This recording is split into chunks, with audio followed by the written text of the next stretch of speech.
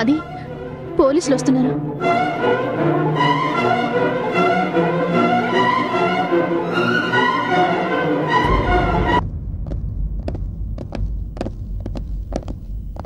Sir, ఏంటి problem? Arrest warrant. Mister Aditya Prasad లీలావతిని murder చేసినందుకు అరెస్ట్ చేయాలని వచ్చాం. ఏంటి? ఏం మాట్లాడుతున్నారు మీరు? ఎక్స్క్యూజ్ మీ మేడం, మేము ఇక్కడికి వచ్చింది మా డ్యూటీ చేయడానికి. మీ భర్తను అడగండి, హత్య జరిగిన రోజు రాత్రి 10 గంటలకు ఆయన ఎక్కడున్నారు? ఇందులో అడిగేదేముంది? నేను చెప్తున్నాను, మీరు నా దగ్గరే ఉన్నారు. మేడం, మీరు మీ భర్తను ఎంతగానో ప్రేమిస్తున్నారు కాబట్టి వెనకేసుకొస్తున్నారు. కానీ మేము చట్ట ప్రకారం నడుచుకోవాలిగా. ఎంక్వైరీ చేసినప్పుడు దొరికిన ఆధారాలన్నీ మిస్టర్ ఆదిత్యని హంతకుడిగా చూపుతున్నాయి. I'm sorry mister Aditya Prasad, నేను మీకు ముందే చెప్పాను, మీరు వీలైనంత త్వరగా ఇదంతా మీ వైఫ్తో చెప్పేయండి అని.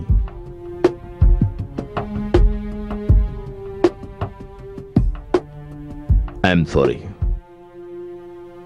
ఇప్పుడు మిమ్మల్ని మీ భార్య ముందే అరెస్ట్ చేయక తప్పడం లేదు. ఏమిటి మీరు చేస్తున్న పని? మీకెవరో రాంగ్ ఇన్ఫర్మేషన్ ఇచ్చారు. ఈయన అలాంటి వారు కాదు. చేదు హృదయంలో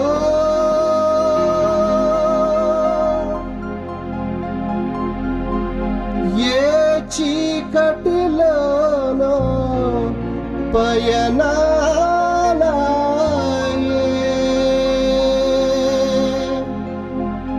ఏమిటో ఈ ఎదరాగాలు,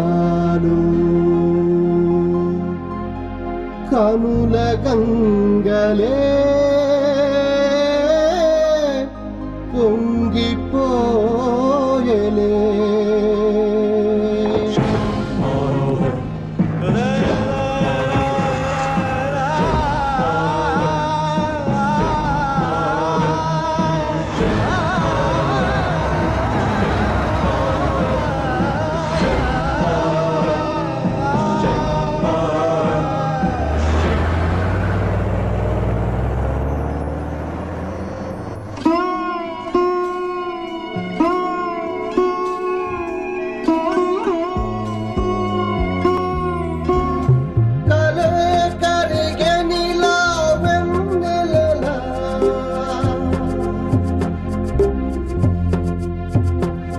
శోకాల సంగీతాలే సదా సాగేలే.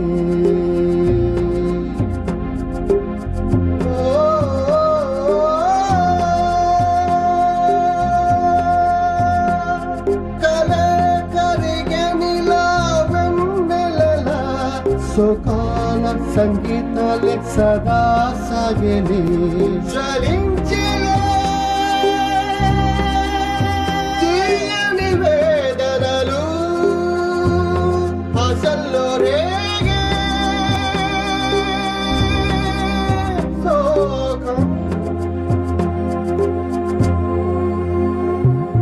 గుండెల్లో వెల్లువై కథే ముగిసిలే కంచికి చేరక, మనస్సు మరణంలో సుఖం తొలగిలే, సుఖం తొలగిలే, సుఖం తొలగిలే.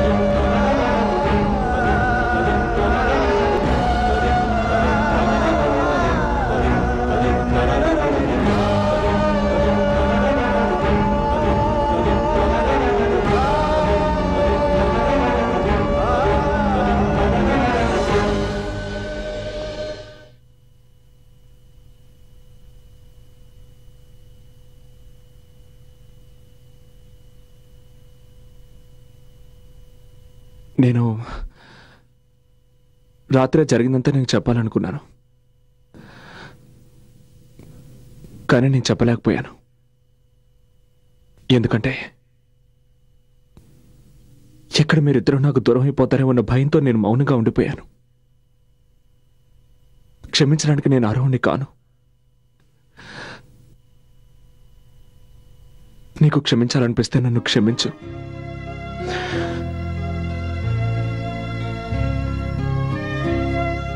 నిజంగా నేను ఎవరిని హత్య చేయలేదు.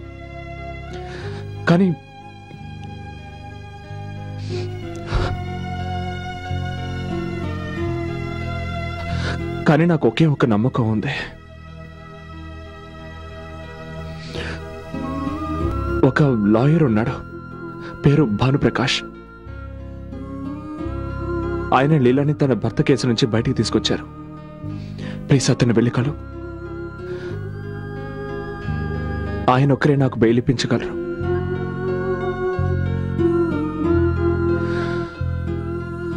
Okay, I'm sorry. Trust me, I'm not a murderer.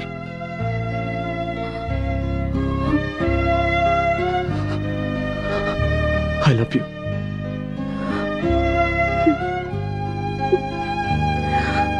Hey.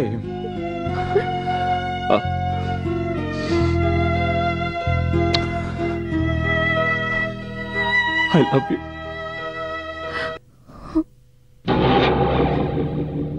చూడండి మేడం, నేను మీ సెంటిమెంట్ని అర్థం చేసుకోగలను. I try my level best, కానీ నేను మీకు మాట ఇవ్వలేను. మిస్టర్ ప్రకాష్, ఇది తప్పకుండా మీ వల్ల అవుతుంది. మీరే కదా నిషని కూడా కాపాడారు, ఆవిడ భర్త హత్య కేసు నుండి. అప్పుడు మొత్తం పోలీస్ ఫోర్స్, సాక్ష్యాధారాలన్నీ ఆమెకు విరుద్ధంగా ఉన్నాయి. నాకు మీ మీద పూర్తి నమ్మకం ఉంది. ఇది కేవలం బెయిల్ మాత్రమే. ప్లీజ్ కాదనకండి. Mrs Aditya Prasad, I'm a lawyer. నేను చేయగలిగిందల్లా ఒకటే, మీ హస్బెండ్కి బెయిల్ ఇప్పించగలను. కానీ ఆ తర్వాత లీలావతి హత్య కేసు నుంచి విడుదల చేయించడం అనేది ఇట్ డిపెండ్స్ అపాన్ అపోజిషన్. వాళ్ళ దగ్గర ఎలాంటి సాక్ష్యాలు ఉన్నాయో, ఎలాంటి ఆధారాలు ఉన్నాయో. Please try to understand me. Let us go step by step. Your honour, ఈ కేసు అర్థంలాగా ఎంతో స్పష్టంగా, ఎంతో క్లియర్గా ఉంది. హత్య జరిగిన చోట హంతకుడి వేలిముద్రలు, సోనియా రాసిచ్చిన స్టేట్మెంట్, ఆదిత్య ప్రసాద్ హంతకుడని, నేరస్తుడని రుజువు చేయడానికి ఈ సాక్ష్యాలు సరిపోతాయి your honour. One more thing, Sonia చెప్పిన దాన్ని బట్టి ఆదిత్య ప్రసాద్కి లీలావతికి అక్రమ సంబంధం ఉండేది. పెళ్ళైన తర్వాత కూడా యువర్ ఆనర్ అతను ఈ సంబంధాన్ని కొనసాగించాడు. ఎనీవే, నేను చెప్పదలుచుకున్నది ఏమిటంటే, ఆదిత్య బహుశా తనకి తెలియకుండానే సత్యని ప్రేమించుంటాడు. ఏ రోజైతే లీల మనసులోంచి అతన్ని తోసేసిందో ఆయన భరించలేకపోయాడు. హత్యకి 2 రోజుల క్రితం తాగిన మైకంలో తప్పకుండా నేను లీలావతికి బుద్ధి చెబుతానని అతను సోనియాతో చెప్పాడు. అనుకున్నట్టుగానే పథకం ప్రకారం లీలావతిని హత్య చేశాడు యువర్ ఆనర్. ఇలాంటి క్రూరమైన హంతకుడికి కఠిన శిక్ష విధించాలని కోర్టు వారిని సవినయంగా కోరుకుంటున్నాను. That's all your honour. Your honour, చూస్తుంటే శరత్ కుమార్ గారు చాలా తొందరపడుతున్నట్టున్నారు. ఆయనే గనక న్యాయమూర్తి అయితే నిందితుడిని కోర్టులో ప్రవేశపెట్టడానికి ముందే ఉరిశిక్ష విధించేలా ఉన్నారు. యువర్ ఆనర్, నేను విచారించవలసిన సాక్షుల్ని ప్రవేశపెట్టడానికి ముందు ఆయన గారి సాక్షుల్నే కొన్ని ప్రశ్నలు అడగాలనుకుంటున్నాను. అందరికంటే ముందు మిస్సెస్ సోనియాని విచారించాలని కోరుకుంటున్నాను యువర్ ఆనర్. మీకు ఆదిత్య ప్రసాద్ గారు ఎలా తెలుసు? నేను ఆదిత్య ఒకే యాడ్ ఏజెన్సీలో పనిచేస్తున్నాం. ఐఎమ్ సారీ, పని చేసేవాళ్ళం. బట్ నేను తెలుసుకున్నది ఏమిటంటే, మీరు కావాలనే ఆ యాడ్ ఏజెన్సీని వదిలేశారు. am I right? రైట్. అందుకు కారణం కూడా ఉంది. లీలావతితో చరువు ఏర్పడిన తర్వాత తనకి నా గురించి లేనిపోనివన్నీ చెప్పడం మొదలుపెట్టారు. లీలావతి అతని మాటలు నమ్మి కంపెనీ షేర్స్ మొత్తం కొనుక్కున్నాక నన్ను అక్కడి నుంచి పంపించేశారు. ఓ, అయితే మీకు లీలావతి ఎప్పటి నుంచి తెలుసు? ఆవిడ మా యాడ్ ఏజెన్సీకి ఎప్పటి నుంచి రావడం మొదలుపెట్టారో అప్పటి నుంచి. ఆవిడ గారి భర్త మిస్టర్ రమేష్ నారాయణ. నేను మిమ్మల్ని అడిగింది మిస్టర్ రమేష్ నారాయణ గురించి. ఆయన్ని జూలై 6న హత్య చేశారు. ఆయన మీకు ఎప్పటి నుంచి తెలుసు? ఆయన నాకైనా తెలీదు. యువర్ ఆనర్, నేను వాచ్మెన్ ఎంక్వైరీ చేయాలనుకుంటున్నాను.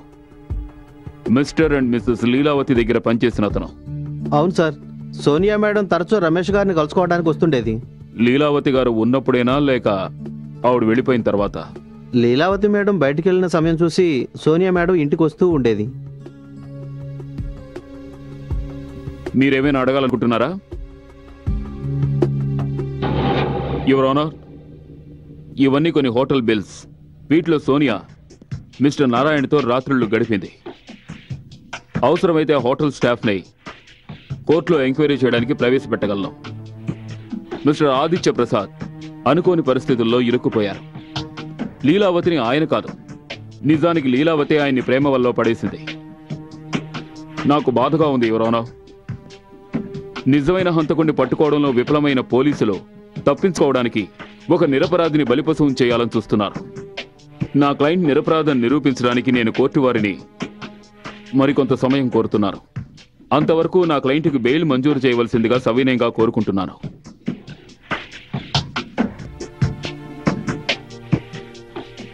Bail is granted. వచ్చే వాయిదా రోజున నేను నీతో కలిసి కోర్టుకు రాలేను.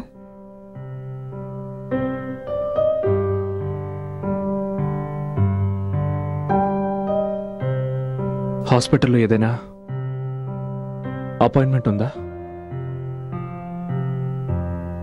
లేదా, కానీ నేను ఏ మాటల్ని మర్చిపోవాలనుకుంటున్నాను. కోర్టులో నేను అవే మాటల్ని మళ్ళీ మళ్ళీ వినాల్సి వస్తుంది. I just can't bear it.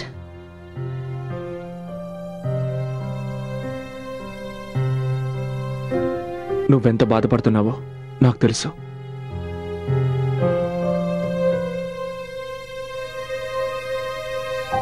కానీ అక్కడ నువ్వు లేకుండా నేను చాలా ఒంటరిగా ఫీల్ అవ్వాల్సి వస్తుంది. నేను విన్నది నిజమైన ఆఫీసర్? మీరు మిస్టర్ ఆదిత్య వాళ్ళ ఆఫీస్కి అతనికి వార్నింగ్ ఇవ్వడానికి వెళ్ళారట? నేను కేవలం ఆయన హెచ్చరించడానికి వెళ్ళాను. దేని గురించి? లీలావతి గురించి.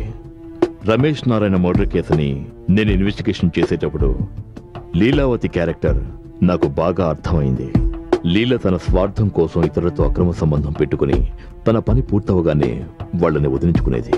అంటే మీరు మిస్టర్ ఆదిత్య దగ్గరికి లీలావతి పని పూర్తయిన వెంటనే తన భర్తను వదిలించుకున్నట్టే మిమ్మల్ని వదిలించుకుంటుందని చెప్పడానికి వెళ్ళారు. ఆమె రైట్?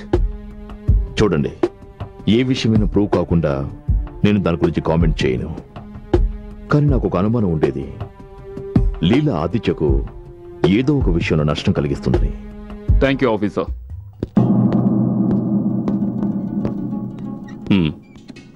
ఇవిగో చూడండి, మీ అనుమానాలకి సరైన సమాధానం.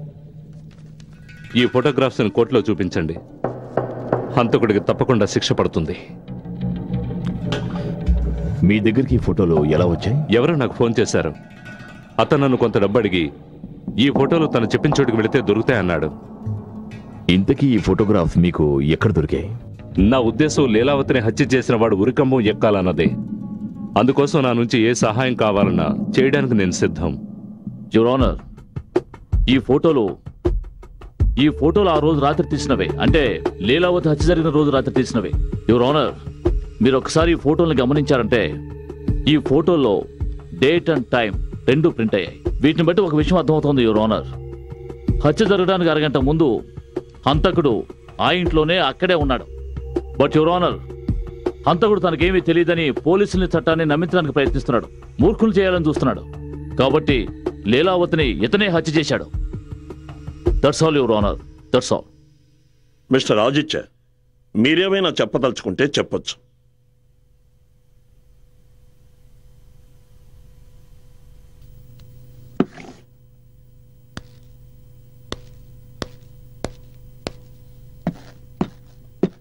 అవును, నేను ఆ రోజు రాత్రి లీలా వాళ్ళ ఇంటికి వెళ్ళింది నిజమే.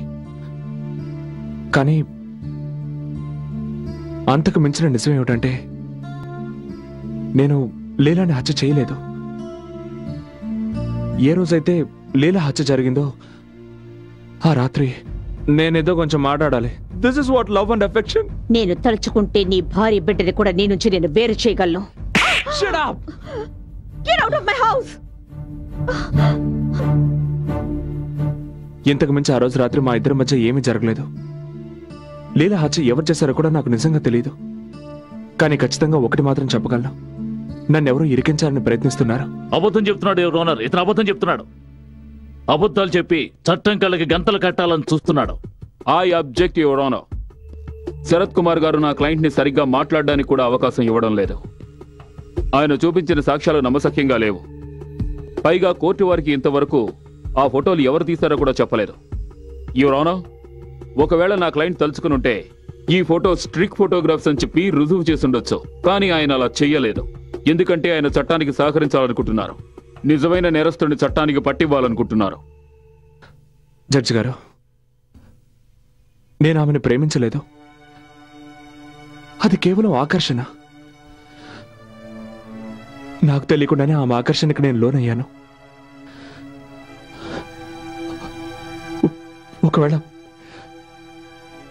ఒకవేళ తను నా జీవితంలోకి రాకపోయి ఉంటే బహుశా నేను ఆ రోజు రాత్రి నేను ఆ ఇంటికి వెళ్ళుండేవాడిని కాదు. అలాగే నేను ఆ భార్యతో ఈ విషయం గురించి దాచేవాడిని కాదు. జడ్జి గారు, ఒకవేళ నేను దోషనై ఉంటే అది కేవలం నా భార్య దృష్టిలోనే. అయినా మీరు నాకు శిక్ష విధించాలంటే విధించండి జడ్జి గారు. నేను ఏ రోజు చట్టవిరుద్ధంగా ప్రవర్తించలేదు. నిజంగా ఎవరిని హత్య చెయ్యలేదు. సార్, నేను జైలుకి వెళ్ళి నా భార్య బిడ్డలకి దూరంగా ఉండలేను sir. I love them. I love you.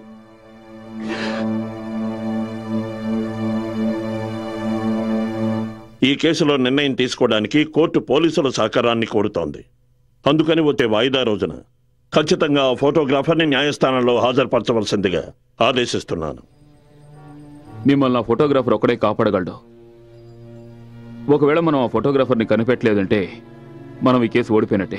కానీ మనం ఆ ఫోటోగ్రాఫర్ని ఎలా కనిపెట్టగలం? చూడండి, నేను మీకు సహాయపడగలను. కానీ మీరు ఈ రోజు వరకు నేను మిమ్మల్ని అపార్థం చేసుకున్నాను. కానీ మీరు కోర్టులో చెప్పిన విషయాన్ని విన్న తర్వాత మీరు ఖచ్చితంగా నిరపరాధం రుజువైంది. ఈ కేసును నేను వాపస్ తీసుకోలేను. కానీ ఆ నోట్ల సీరియల్ నెంబర్లు నా దగ్గర ఉన్నాయి. వీటి ద్వారా మీరు ఆ ఫోటోగ్రాఫర్ దగ్గరికి వెళ్ళొచ్చు.